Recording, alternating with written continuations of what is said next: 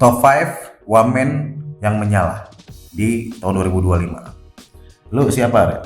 Kalau gua pertama itu gua milih Wamenkom Digi Nezar Patria. Oke. Alasannya Apa aja sederhana. Pertama itu dia mendorong transformasi digital. Ya kan di Kementerian Digital ya, komunikasi digital. Yang kedua, komunikasi dengan persnya bagus. Jadi ketika ada masalah dengan pihak pers, pemerintah ada salah paham, dia tuh turun tangan biasanya. Iya. Gitu. Nah yang ketiga, dia itu menjaring atau berkolaborasi dengan berbagai macam komunitas digital untuk pengembangan literasi digital di Indonesia. Sama satu lagi jangan lupa, dia juga membantu kolaborasi antar komunitas itu untuk bencana di Sumatera kemarin. Iya. Nah kalau dari lu?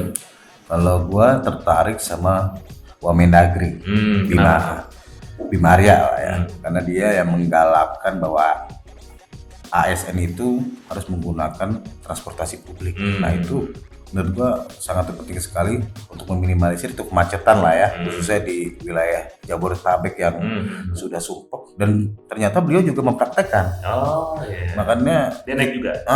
dia sering naik kereta kalau yang saya lihat itu. Dan yang kedua, soal beliau juga cukup responsif di dalam itu menanggulangi itu bencana yang ada di Aceh dan Sumatera itu. Beliau dari hari pertama juga sudah turun, dan tanpa banyak ngomong, beliau juga secara perlahan, khususnya di wilayah Padang ya, beliau juga Ada komunikasi ke sana. Sampai saat ini tuh masih bagus. Dan di samping itu beliau juga sangat membantu program tuh MBG ya, agar tuh program ini dia bantu ngawal juga bisa berjalan secara maksimal dan bisa menyentuh ke semua daerah. Nah, yang ketiga siapa? Ketiga itu gua milih Wakil Menteri Ekraf, Iren Umar. Ini banyak yang nggak tahu ada wakil menteri namanya Iren Umar.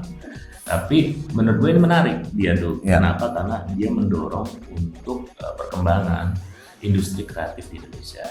Salah satunya itu adalah dia mendorong yang namanya animasi, gitu, produk animasi yang jadi ada wayang nih, dianimasiin jadinya animwayang. Gitu.